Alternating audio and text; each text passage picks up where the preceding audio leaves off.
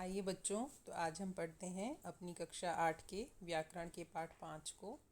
आज का हमारा टॉपिक है वाक्य विश्लेषण। किसी वाक्य के अंग, प्रत्यंग यानी कि कर्ता, कर्ता का विस्तार, कर्म, कर्म का विस्तार, कारक, क्रिया विशेषण, क्रिया और योजक आदि को अलग अलग करके उनके आपसी संबंधों को प्रकट करना ही वाक्य विश्लेषण कहलाता है। इसे वाक्य विग्रह भी कहा जा सकता है। वाक्य विश्लेषण के भेद। रचना के अनुसार वाक्य के 3 भेद होते हैं: सरल, संयुक्त और मिश्रित। इन तीनों प्रकार के वाक्यों की विश्लेषण विधि को हम यहाँ समझा रहे हैं।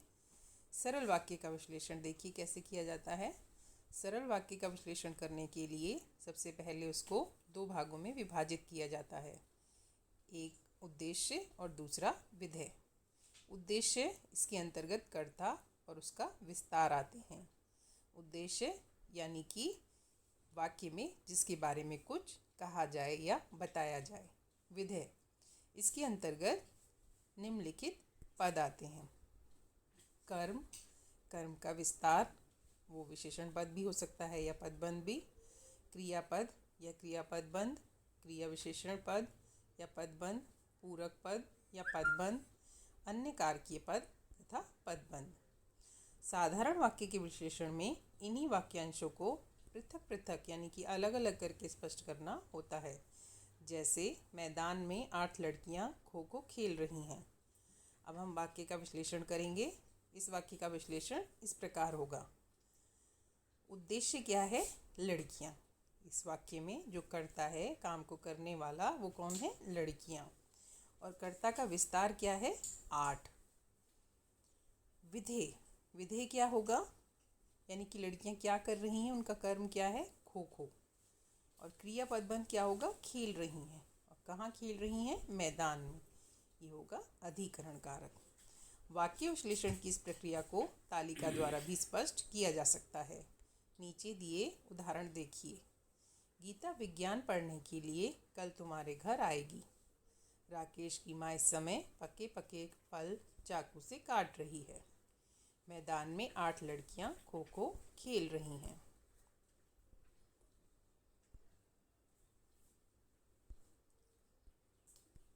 अब देखिए, पहला हमारा वाक्य था गीता विज्ञान पढ़ने के लिए तुम्हारे घर कल आएगी।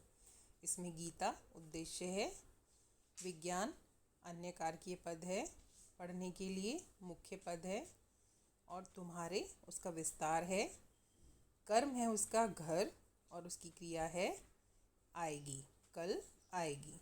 इसी तरह से राकेश की माँ, ये उद्देश्य है, और चाकू से पके पके फल इस समय काट रही है, यह विधेय है। ऐसे ही 8 लड़कियां उद्देश्य है और मैदान में खो खो खेल रही हैं, विधेय है। संयुक्त वाक्य का विश्लेषण। संयुक्त वाक्य में 2 उपवाक्य योजक चिन्हों से जुड़े होते हैं। सबसे पहले संयुक्त वाक्यों के योजक चिन्ह हटाकर उन्हें साधारण वाक्यों में बदल लेते हैं। फिर इन साधारण वाक्यों का उपयुक्त रीति से विश्लेषण कर लेते हैं। इन साधारण वाक्यों में एक मुख्य वाक्य तथा दूसरा उससे जुड़ा हुआ वाक्य रहता है। इनमें मुख्य वाक्य प्रधान उपवाक्य तथा दूसरा वाक्य समानाधिकरण उपवाक्य कहलाता है। संयुक्त वाक्य के विश्लेषण के कुछ उदाहरण देखिए। नीरज ने अत्यधिक परिश्रम किया किंतु वह सफल ना हो सका। मेरी सखियां कल यहाँ से जाएंगी और आगरा पहुंचकर वहाँ ताजमहल देखेंगी।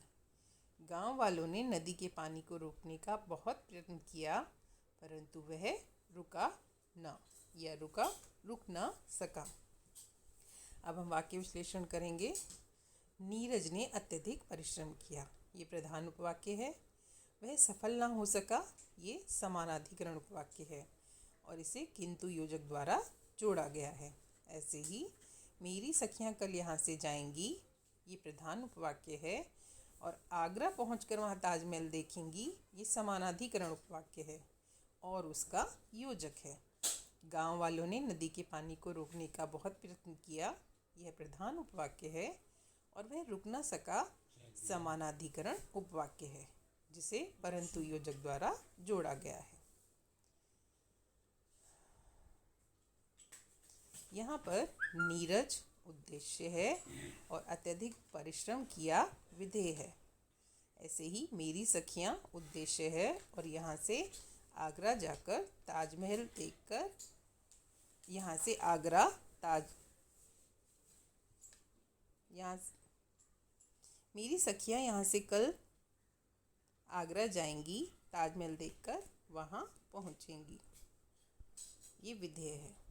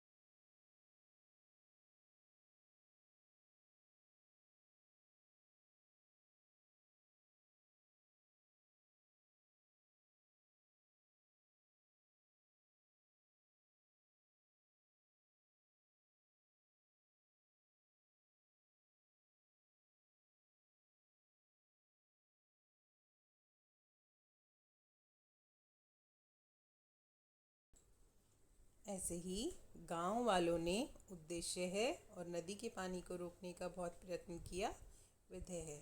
वह उद्देश्य है और ना रुक सका विधेय है। मिश्रित वाक्य का विश्लेषण। मिश्रित वाक्यों में प्रधान उपवाक्य और गौण उपवाक्य योजक द्वारा सुगठित होते हैं। उनके विश्लेषण के लिए सबसे पहले प्रधान उपवाक्य की पहचान कर लेते हैं। इसके बाद गौण उपवाक्यों की पहचान करके उनके कार्य का उल्लेख करते हैं। प्रधान यानी कि मेन सेंटेंस और गौण यानी कि उस पर आश्रित। योजकों को अलग करके साधारण वाक्यों की भांति उनका विश्लेषण कर लेते हैं। जैसे जो विद्यार्थी परिश्रम पूर्वक पढ़ते हैं वे उत्तीर्ण अवश्य होते हैं। आपको सुनकर प्रसन्नता होगी कि उसने अपना कार्य पूर्ण कर लिया है। वाक्य विश्लेषण करेंगे तो देखिए, वे उत्तीर्ण अवश्य होते हैं, ये प्रधान उपवाक्य है। जो विद्यार्थी परिश्रम पूर्वक पढ़ते हैं, ये विशेषण उपवाक्य है। वे सर्वनाम की विशेषता प्रकट कर रहा है। आपको सुनकर प्रसन्नता होगी प्रधान उपवाक्य है और उसने अपना कार्य पूर्ण कर लिया है क्रिया विशेषण उपवाक्य है। ये की योजक द्वारा जुड़ा हुआ है। यहाँ पर उद्देश्य और विधेय बताया गया है। वे उत्तीर्ण अवश्य होते हैं, वे उद्देश्य है, उत्तीर्ण अवश्य होते हैं, ये विधेय है।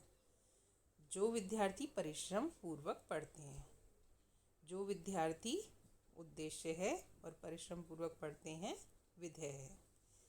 ऐसे ही आपको सुनकर प्रसन्नता होगी, आपको उद्देश्य है और सुनकर प्रसन्नता होगी विधेय है।